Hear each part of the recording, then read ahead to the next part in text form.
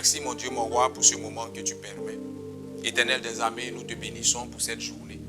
Je veux te dire merci pour la vie de ton fils, pour la vie de ta fille. Merci de leur donner la santé. Merci de leur donner le souffle de vie.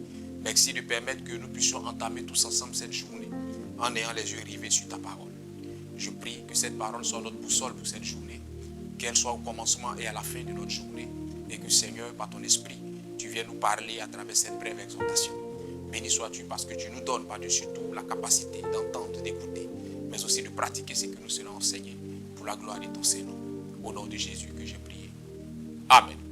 Je vous salue tous dans le nom puissant de Jésus-Christ de Nazareth. Vous qui êtes membres du temps des paroliers, je prie que le Seigneur, dans son infinie bonté, vous localise et vous fasse grâce. Bienvenue à notre dévotion matinale qui aura pour thème, on va mettre en prière. Matthieu le chapitre 14, verset 15 à 16, qui s'affiche maintenant sur vos écrans, déclare en substance que Jésus-Christ avait rassemblé la foule dans un lieu désertique et la Bible déclare que la nuit tombant, les disciples ont dit au Seigneur de ramener la foule parce qu'il n'y avait pas de nourriture. Et Jésus leur a dit, donnez-leur à manger vous-même. Amen. En donnant ce thème, on va mettre en prière. Je veux parler de quelque chose de très important. Voici un thème qu'on n'aurait jamais dû montrer aux chrétiens. Voici un thème qu'on n'aurait jamais dû enseigner aux enfants de Dieu. Et voici un thème qu'on n'aurait jamais dû révéler aux pasteurs. Parce que pour toute situation, les chrétiens et les pasteurs ont ce thème-là à la bouche. On va mettre en prière. Tu sais, il y a certaines situations pour lesquelles on doit mettre en prière. Ou on doit se mettre en prière. Parce que tu n'as ni les ressources physiques, ni les ressources spirituelles pour répondre à la situation. Dans ce cas précis, on peut mettre en prière. Ou on peut se mettre en prière. Ce n'est pas mauvais. Ce n'est pas un péché. Mais lorsque ton frère en Christ t'approche pour te soumettre un problème financier, pour te soumettre un problème de logement, pour te soumettre un problème alimentaire, pour te soumettre un besoin quelconque, et que pendant qu'il te soumet cette situation, tu as les finances ou tu as une partie des finances dont il a besoin dans la poche.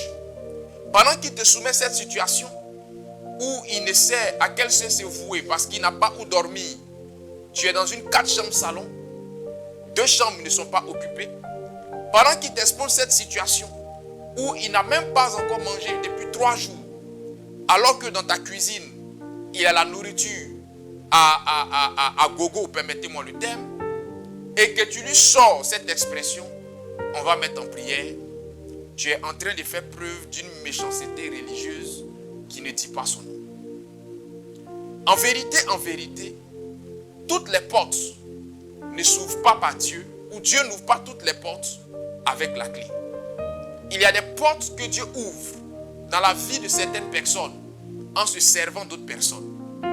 Il y a des personnes que Dieu fait porte d'exaucement dans la vie d'autres personnes.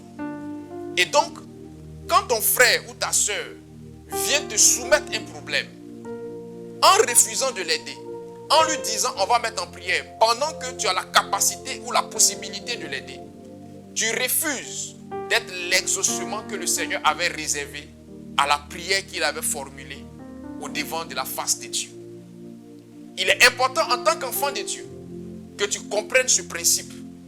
Il est vrai que de nos jours, la méchanceté des hommes, l'ingratitude légendaire des uns et des autres n'incite plus à faire du bien, n'incite plus à être généreux.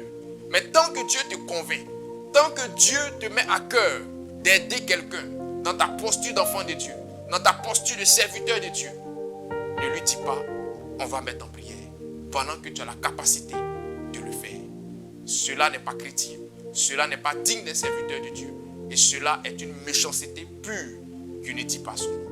Je prie que le Seigneur te délivre de cette méchanceté et que Dieu te donne la sagesse et le discernement nécessaire pour aider quand il faut et pour mettre en prière comme il faut. Que le Seigneur nous donne la bonne compréhension des choses et que sa grâce soit sur nous. Dieu est bon en tout temps. Shalom chez vous.